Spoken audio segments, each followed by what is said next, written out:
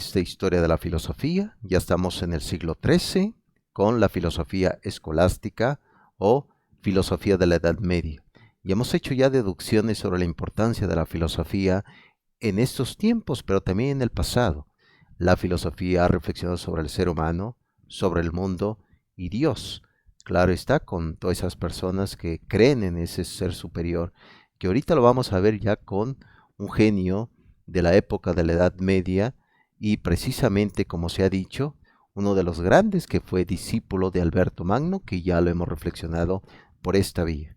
Pues bien, vamos a entrar ya en este tipo de filosofía donde la certeza, donde la descripción es una forma como la naturalidad del ser humano trata de buscar esa verdad, como se dice en latín, veritas. Esa verdad que resuena en cada momento, pero también libera, la verdad libera al sujeto. Pues bien, vamos a entrar ya con el más grande de los escolásticos, auténtico genio metafísico y uno de los más grandes pensadores de todos los tiempos. Tomás de Aquino, como muy bien se ha dicho, el más santo de los sabios y el más sabio de los santos. Lo estamos ubicando precisamente en una época donde el propio Aristóteles había sido vetada de las universidades, sus ideas, y claro, ya lo hemos visto aquí que desde la propia filosofía de Averroes, de Avicenas, se había ido como un tinte un poco más del mundo musulmán. Por eso Aristóteles no era bienvenido en esa época del siglo XIII en las universidades. Por ello entra Santo Tomás de Aquino del siglo XIII, que lo estamos ubicando entre 1221 a 1274, que aquí vamos a ver un semblante general de lo que fue este gran filósofo y vamos a ir describiendo cada una de sus ideas en cada momento.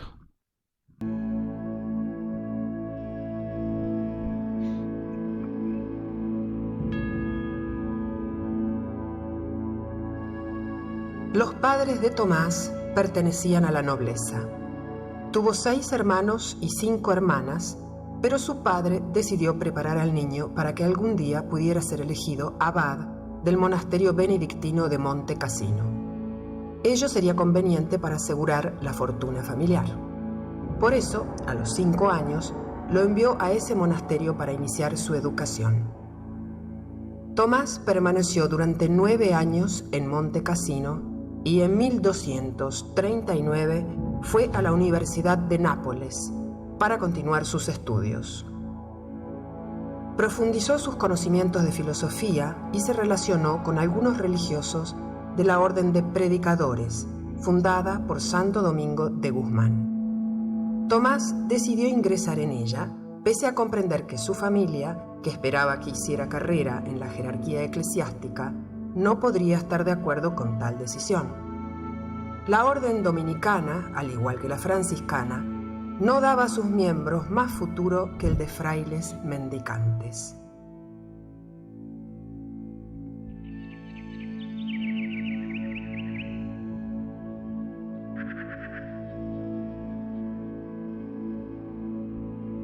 El padre de Tomás falleció en la Navidad de 1243 y pocos días después el joven fue admitido como novicio en la orden. Su madre, no dispuesta a permitir que su hijo renunciara a un futuro prestigioso para la familia, envió a sus hermanos a secuestrarlo y llevarlo a la fortaleza de Rocaseca en el reino de Sicilia, donde permaneció hasta fines de 1245.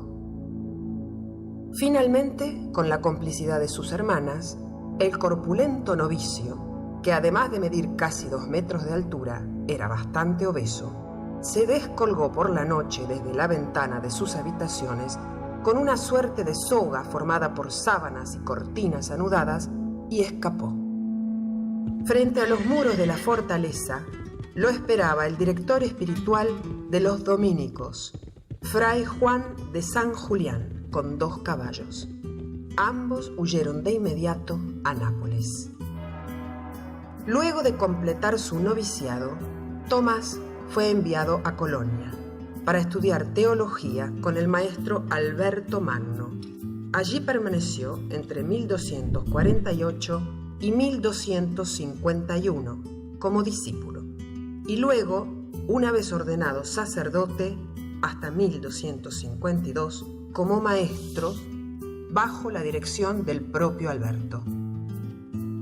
En 1252, el maestro general de la orden envió a Tomás a la Universidad de París como bachiller para hacerse cargo de una de las 2 cátedras que los dominicos allí regenteaban.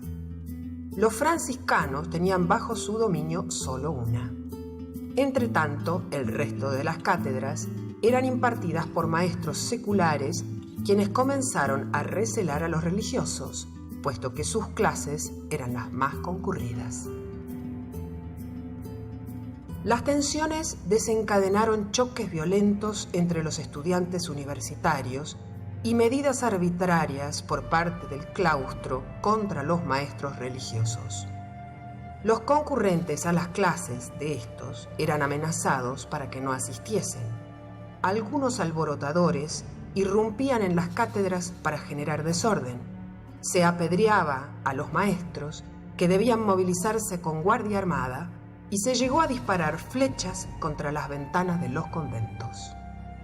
El líder de los maestros seculares, Guillermo de Saint-Amour, hizo difundir un escrito en el que se responsabilizaba a los dominicos y franciscanos del malestar de la universidad. También les atribuyó, falsamente, un libelo injurioso contra el papado, que parece que escribió él mismo a ese efecto. Estas acusaciones fueron refutadas por los franciscanos Buenaventura y Tomás de York, y por el dominico Tomás de Aquino. En 1256, el Papa Alejandro IV puso orden en el conflicto e hizo desterrar a Guillermo de Saint-Amour. Asimismo, ordenó que el franciscano Buenaventura y el dominico Tomás de Aquino fueran admitidos en el claustro universitario. A pesar de la violencia de estos conflictos, Tomás encontró tiempo y tranquilidad espiritual para desplegar una actividad intelectual prodigiosa. Escribió y publicó comentarios bíblicos y filosóficos. Estudió y discutió diversos opúsculos de Boecio, así como las sentencias compiladas por Pedro Lombardo. Redactó numerosas cuestiones, entre ellas las del De Veritate, y terminó el primer libro de la Summa contra Gentiles.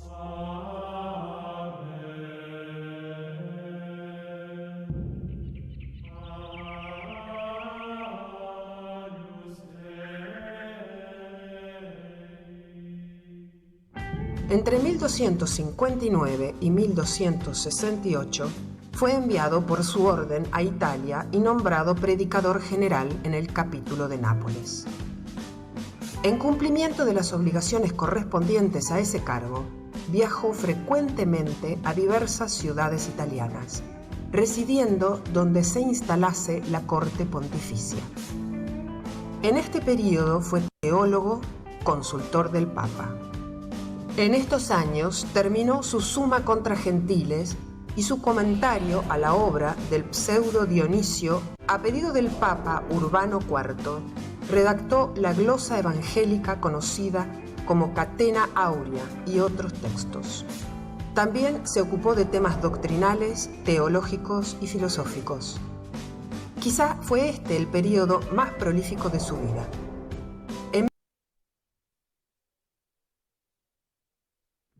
Sabemos muy bien que Tomás tuvo dificultades con sus padres porque querían que entrara con los benedictinos, pero terminó dentro de la propia orden de los predicadores de los dominicos. Y claro está, él también tuvo problemas con su familia.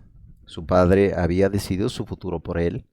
Ya lo hemos visto en estos comentarios. Cuando terminase los estudios debería suceder a su tío al frente de la abadía de Montecassino. El que se convertiría en uno de los filósofos medievales más importantes, decidió no respetar la voluntad de sus padres, sino ingresar en el convento de los dominicos, como un fraile más, un hermano más, renunciando al lugar que tenía predestinado en la jerarquía eclesiástica. La familia no se mostró conforme con la decisión que Tomás de Aquino había tomado y sus hermanos lo raptaron y encerraron durante más de un año en una torre del segundo de los castillos que poseía la familia, como se ha hecho en la narrativa, con la intención de obligarlo a que cambiara de opinión. Esta parte también de desobedecer por parte del propio Tomás de Aquino, vemos muy bien que ahí va a venir ya su punto de vista de la ley divina, la ley natural, la ley humana, y ahorita lo vamos a ir viendo. Sus hermanos usaron todos los medios a su alcance para que entrase en razón. Incluso en una ocasión contrataron los servicios de una prostituta, pero cuando la pobre señora intentó arremangarle el hábito para que lo colgase definitivamente, Tomás la amenazó con un leño encendido. Los padres del filósofo no consiguieron su propósito y finalmente le permitieron cumplir su voluntad. Espero que tus padres no compartan los mismos métodos de orientación laboral y te encierren en una habitación hasta que entres en razón. El propio Tomás de Aquino siempre fue un filósofo rebelde. Claro está que hay que obedecer también la conciencia más a otras personas, una conciencia totalmente fiable, directa y sobre todo dentro de este caminar. Es claro que el propio Tomás de Aquino fue obeso, muy tímido. Sus compañeros de clase le pusieron como mote, como sobrenombre, el buey mudo, y lo convirtieron en el objeto de sus burlas. Como puede ser, el bullying en este siglo XXI no es un problema exclusivo de tu generación. Está claro que el bullying ha estado siempre metido en este tiempo y en el pasado totalmente. Tomás se enfrentó al acoso con determinación y nos enseñó que a veces las palabras de Nietzsche son ciertas. Lo que no me mata me hace más fuerte. Un día su maestro, Alberto Magno, que ya lo hemos mencionado, encontró unos papeles en el suelo. Los leyó y quedó admirado de su contenido. ¿De quién son estos escritos?, comentó el profesor.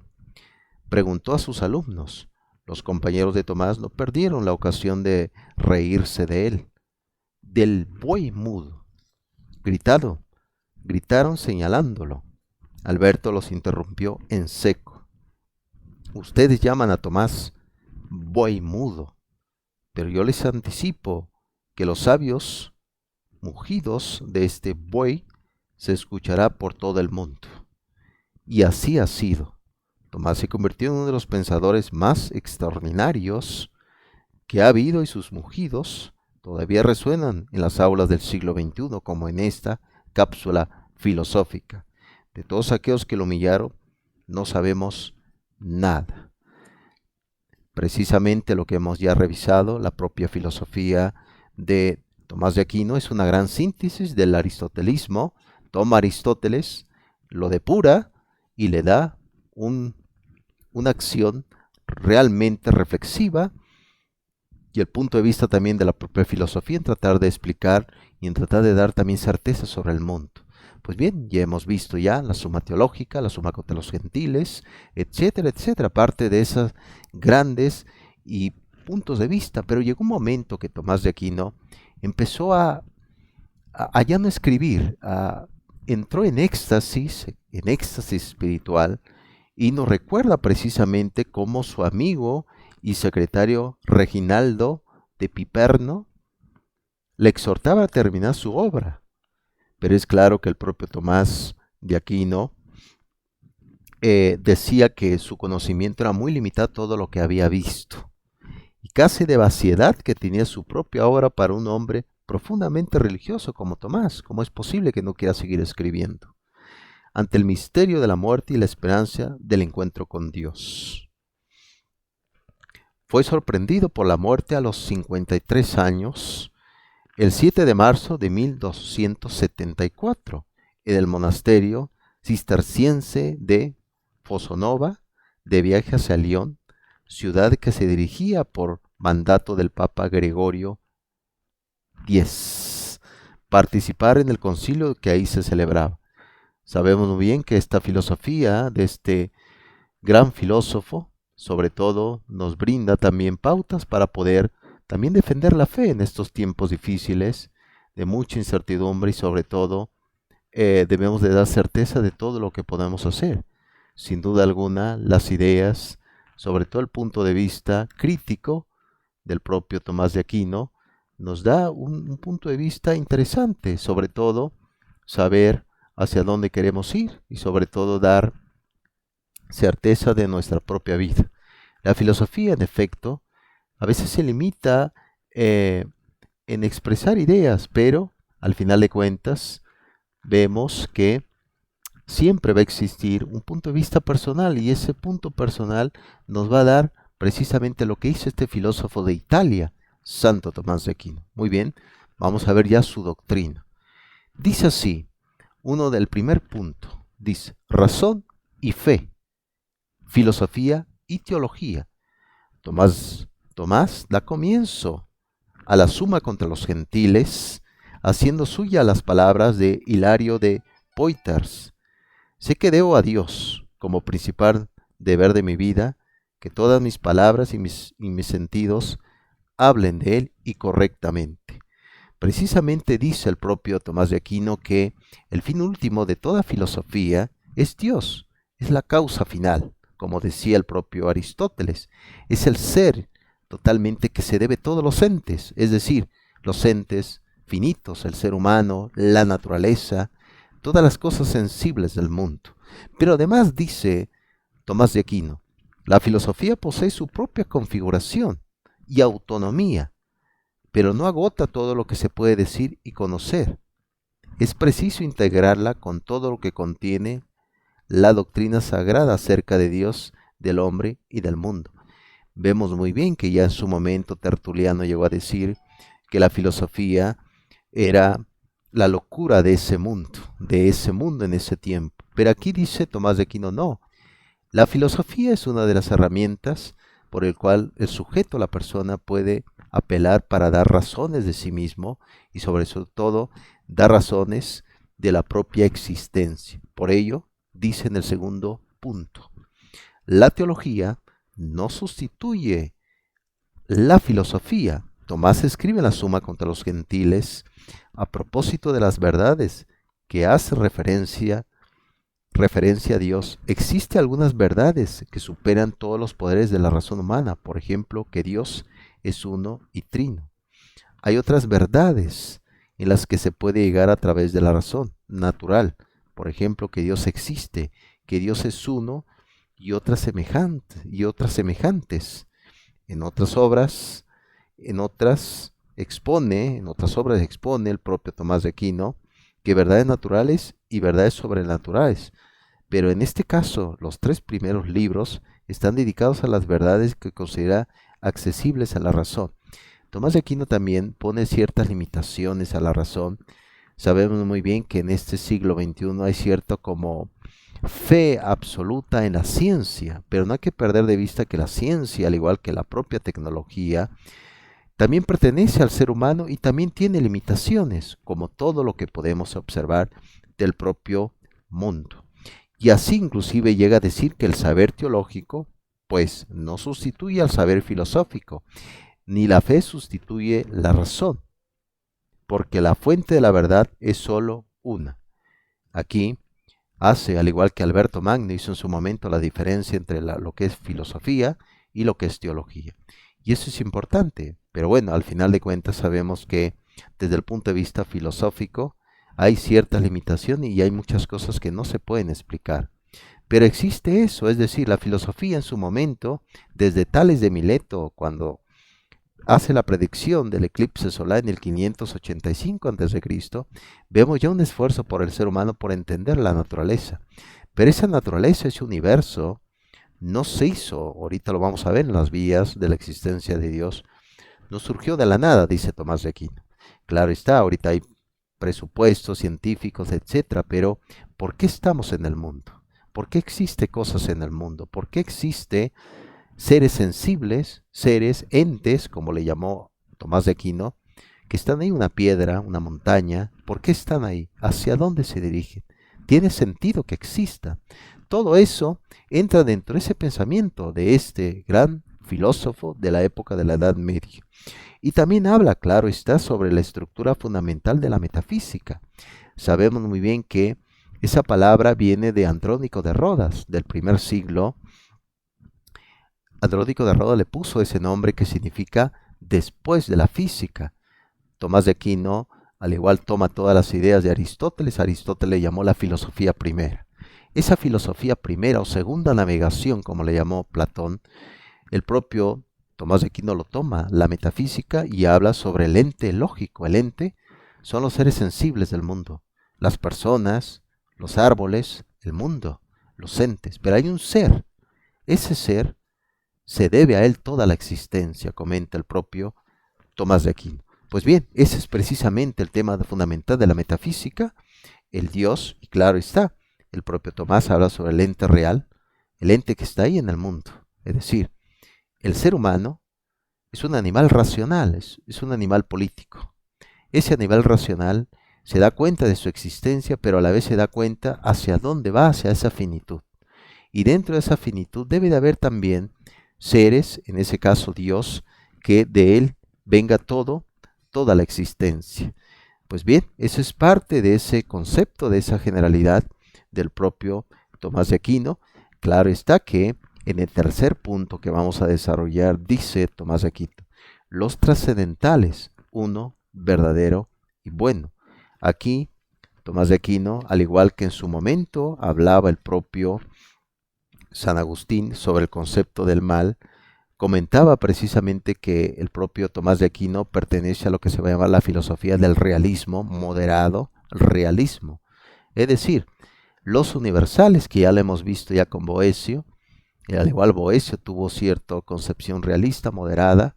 Los universales son predicados del lenguaje que describen generalidades del mundo, por ejemplo, el ser humano. No es que exista un ser humano tal cual, material, sino habla sobre toda persona, el ser humano. Lo comenta el propio Tomás de Aquino.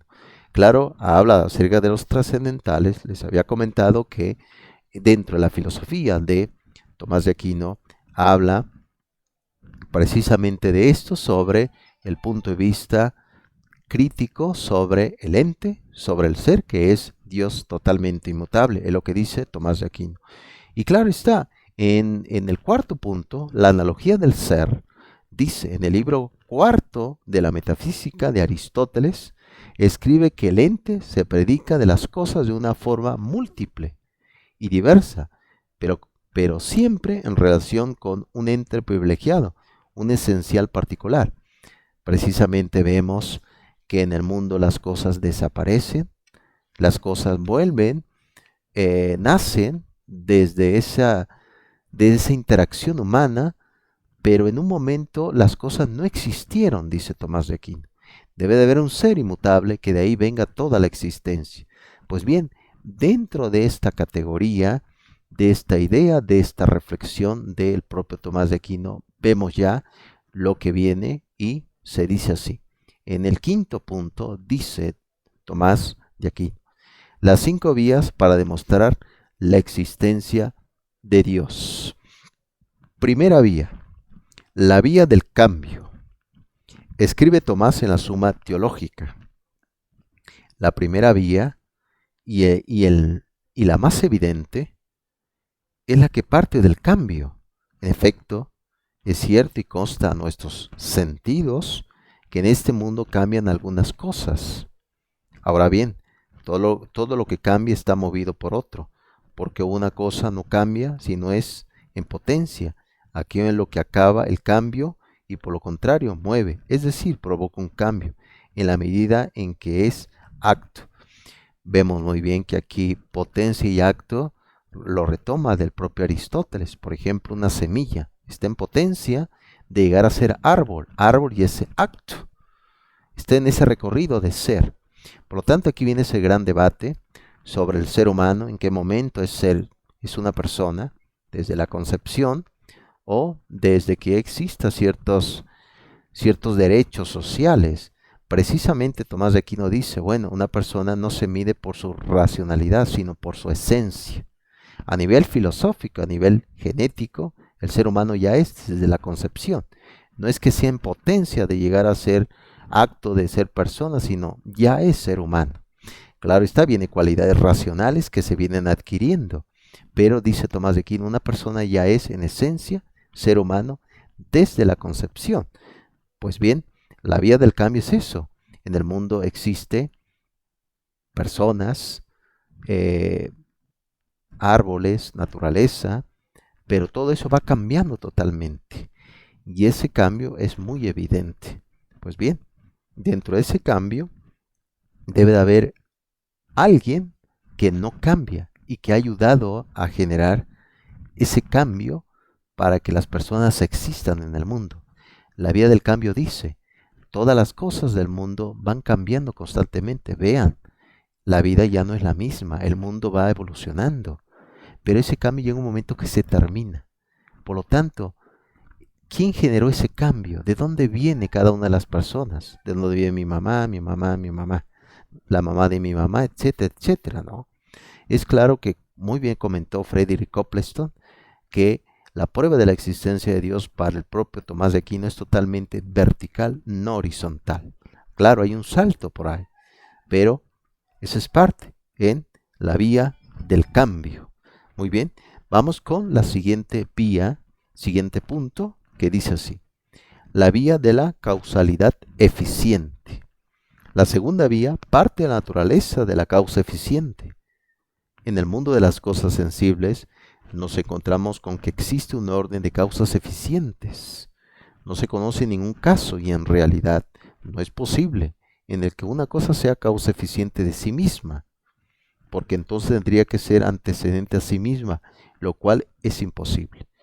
Esa causa eficiente, las causas por el cual estamos vivos, es claro que la vida me lo ha dado mi madre, a mi madre se lo ha dado su madre, etcétera, junto con mi padre, pero hay como un regreso totalmente hacia atrás.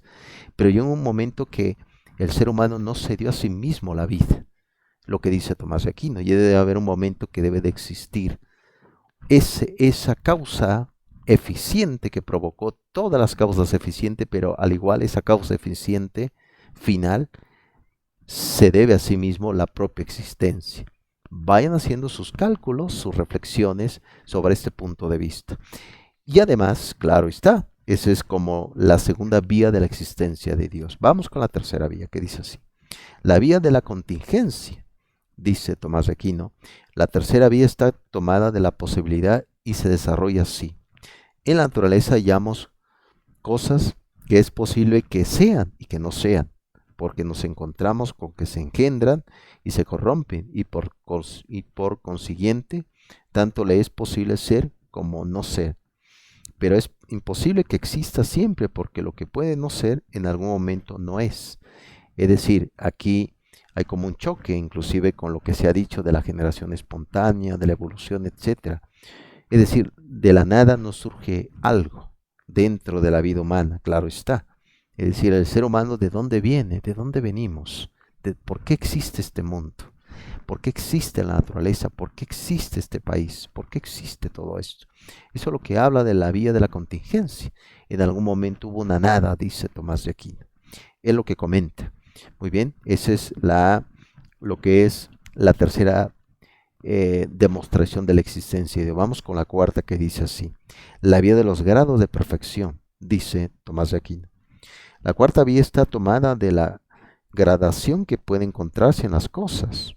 Entre los entes hay entes más buenos y menos buenos, más y menos verdaderos, nobles y así sucesivamente, pero más o menos son predicados de cosas distintas, en la medida en que se parecen de manera diferente a algo, que es lo máximo, al igual que se dice que una cosa es más cálida en la medida en que más se asemeja a aquello que es máximamente cálido. Aquí, en los grados de perfección, claro está que podemos hacer una comparación entre lo que es una piedra y una flor. ¿Cuál tiene mayor grado de perfección? Una flor. Si ponemos una flor al lado, por ejemplo, de una mascota que tengan en su casa, un gato, un perro, ¿cuál tiene mayor grado de perfección? Ah, pues el animal tiene otras funciones sensitivas. Pero si ponen un animal al lado de un ser humano, ¿cuál tiene mayor grado de perfección? Precisamente eso es uno de los argumentos contemporáneos. ¿Por qué el ser humano quiere volver a ser animal? ¿Por qué no asume su racionalidad? Eso es precisamente el grado de perfección. El ser humano no es animal simplemente así en la naturaleza, sino tiene una parte espiritual, dice Tomás de Aquino. No lo perdamos de vista en la cuarta vía de la existencia de Dios. Bien, vamos con la última vía, la quinta vía sobre la existencia de Dios. Dice así: la vía de la finalidad, de la propia finalidad. La quinta vía está tomada del gobierno del mundo, ese fin. Vemos que las cosas que carecen de conciencia, como los cuerpos, de que actúan siempre o casi siempre del mismo modo para obtener mejores resultados. Por tanto, se aprecia con claridad que alcanza su propósito, no por azar, sino de manera intencionada. Ahora bien, todo lo que esté dirigido por algún ente dotado de conocimiento e inteligencia, como la flecha está dirigida por el arquero, por eso existe un ser inteligente que dirige todas las cosas naturales hasta su propio fin. A este ser nosotros lo llamamos Dios.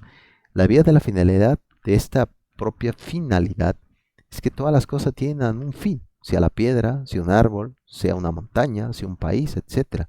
Pero ¿hacia dónde va? ¿Por qué vamos a ese fin? Es claro que todo va de la mano, como muy bien comentó el propio Tomás de Aquino, hacia un punto de vista también fino y sobre todo buscando siempre la parte clara sobre lo que es el ser humano. Esas son las 5 vías de la existencia de Dios. Claro está, un pequeño alertamiento sobre este tipo de filosofía es que es difícil realmente poder hacer una síntesis de Tomás de Aquino por esta vía en un video que dura poco tiempo, pero en los datos más generales es importante también no perder de vista esto, que también se le puede invitar a alguien que pueda ir sumando a través del estudio de por ejemplo, Historia de la Filosofía de Frederick Copleston, de Nicolás Abagnano, y también sobre Historia del Pensamiento Filosófico y Científico de Real y Antiseri. Claro está que el propio Tomás de Aquino vivió en su momento esa éxtasis de buscar la verdad a través de la razón limitada del ser humano. Pero también nos hablaba sobre la ley eterna, nos hablaba de la ley natural, de la ley humana y la ley divina. Y precisamente aquí podemos decir que hacer algunas generalidades, inclusive podemos hablar sobre puntos de vista sobre realmente qué es la ley natural y qué es todo esto. Entonces, prácticamente eso es que no lo perdamos de vista. Y precisamente Tomás de Aquino siempre será una parte sustancial en nuestro tiempo, sobre todo nos puede ayudar para que podamos dar certezas de lo que quisiéramos hacer en este mundo. Y además dice lo siguiente: todo deber moral es declararte en objeción de conciencia y rebelarte, dice Tomás de Aquino, contra la decisión de tus padres. Es lo que dice, es decir, si hay una ley humana y esa ley humana contradice tu propia existencia, ¿qué dice Tomás de Aquino? Debes de desobedecer. Y además dice, no hay castigo que pueda atemorizar de tal manera a un hombre que actúa en conciencia. Ahora bien, no debes confundir actuar en conciencia con hacerlo movido por lo que te conviene a lo que te apetece. Si un amigo te presta dinero, no puedes decirle que no. Se lo devolverás porque pagar deudas va en contra de tu conciencia. Pero si consideras que es injusto que tus padres decidan por ti a quién amar o qué estudiar, tu deber es desobedecer y tendrás a Tomás de Aquino junto a ti como fiel aliado. Como lo hizo en su momento, Tomás de Aquino desobedeció a sus padres y estuvo con los dominicos y sacó todo ese potencial como todo gran filósofo. Y además dice el propio, no hay que perder de vista que Tomás de Aquino no aceptó el argumento de San Anselmo, ya lo hemos debatido por este canal, y desarrolló 5 pruebas que se basan en la idea de que solo Dios puede ser la causa, lo que hemos comentado, de ciertos efectos que percibimos en el universo. Uno de ellos, por ejemplo, ya lo hemos dicho, nos invita a reflexionar sobre el hecho de que nada en el universo es causa de sí mismo, lo que hemos comentado, al igual que el ser humano. Todo ser recibe su existencia de otro distinto a él, que a su vez la recibe de otro, y así se crea una cadena de seres que se causan los unos a los otros. Tú, por ejemplo, no decidiste un buen día empezar a existir, ni muchos, ni nadie de este mundo, sino que fueron tus padres los que te dieron la existencia, y a ellos, a su vez, tus abuelos, y así sucesivamente, hasta que si nos remontábamos al principio, nos encontraremos con un ser que es la causa de todos los seres, pero a su vez no tiene ninguna. Si existe el universo, también ha de serlo su creador. Si existe un cuadro que no se ha podido pintar a sí mismo, también ha de hacerlo un pintor.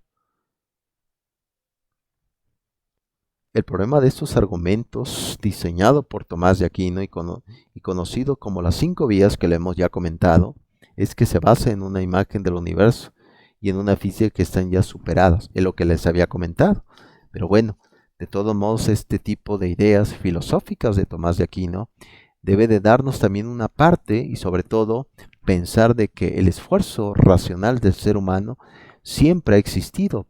Por lo tanto, tratar de dar demostraciones sobre la existencia de Dios puede ayudar también a las personas en afianzar su fe, pero también darnos cuenta que la filosofía tiene limitaciones. No podemos sacrificar la vida por la filosofía. La filosofía nos ayuda también a vivir con conciencia, a reflexionar sobre el mundo y sobre todo no dar todo por como si fuera verdad. Al final de cuentas, los grados de perfección deben de estar más que presentes en este tiempo, donde se confunde lo que es un ser sensible, un animal, con un ser humano, y esos son problemas ontológicos. Bien, me dio mucho gusto haber compartido estas ideas filosóficas. Espero que me sigan acompañando. Más adelante vamos a ver a otro filósofo franciscano ya, llamado Sá Buenaventura o Boca de Oro. Me despido y hasta pronto.